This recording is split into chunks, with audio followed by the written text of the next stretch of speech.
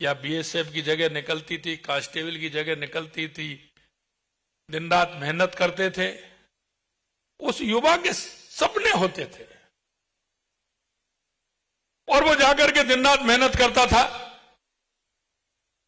मैं युवा साथियों, बहनों और भाइयों में कहना चाहता हूं कि आपके सपने नहीं, आपके परिवार के सपने भी होते हैं, आपके रिश्तेदारों के सपने भी होते हैं। और मैं आपसे कहना चाहता हूं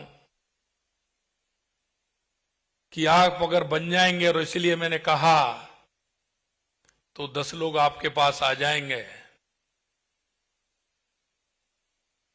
मेरे युवा साथियों का समय ऐसा भी होगा और आपने महसूस भी किया होगा कि जब आप किसी पड़ोसी के, भाई के, रिश्तेदार के यहां जाते हैं तो उस तिरस्कार के भी भागीदारी हम बनते हैं। इसलिए मैं कहना चाहता हूं कि मजबूती प्रदान करिए, अपने हौसले को बुलंद करिए और हौसले बुलंद करके राजस्थान की सरकार कृत संकल्प है आपके लिए, आपके नए द्वार खोलने के लिए, नए आयाम स्थापित करने के लिए। हमने पहले कहा था और अब हमने करके दिखाया कि 1 साल की हमने नियुक्ति पूरा कैलेंडर आपको दिया है। और आपके माध्यम से मैं उन युवा साथियों को भी कहना चाहता हूं, और आपको भी उसकी जिम्मेदारी लेनी होगी, क्योंकि आप एक रोजगार प्रहरी के रूप में, एक राजस्थान की एक सेवा के रूप में आप काम करेंगे, तो आने वाले उन छोटे भाई बहनों को भी, आपको भी दिशा देने का काम करना है कि मेहनत करके आगे बढ़िए। निश्चित रूप से एक दिन सफलता का दिन आएगा। हमारी सरकार, जैसा आपने देखा, कई लोग कह रहे हैं, मैं कई दिन से सुन रहा हूं, भाई आप बताइए आपने क्या किया? आपने तो युवाओं को किस चौराहे पे जाकर के खड़ा कर दिया था। हमने कहा था कि हम किसी भी कीमत पर, आज भी हम कहना चाहते हैं, चाहे कितना भी बड़ा आदमी हो, हमारी सरकार छोड़ने वाली नहीं है, उनको जब तक दंडित नहीं करेंगे।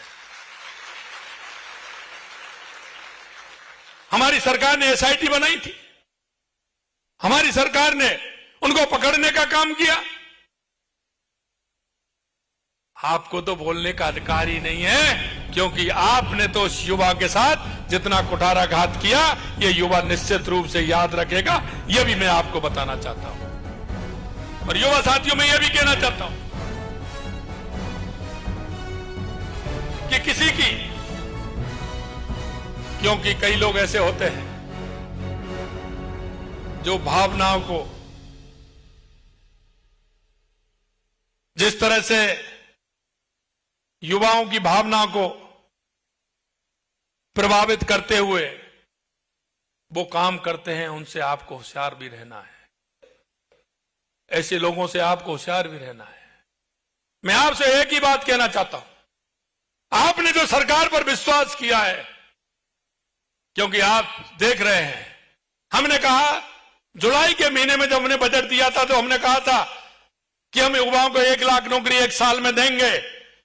47,000 अब तक हमने दे दी, 13,500 हम आज दे दी और 15,000 पाइप में है। जल्दी ही उसका भी 5वां रोजगार उत्सव होने वाला है और 81,000 हमने एक कैलेंडर के हिसाब से 2025 की निकाल दी। और मैं ये कहना चाहता हूं, 26 के लिए भी तैयार हो जाइए।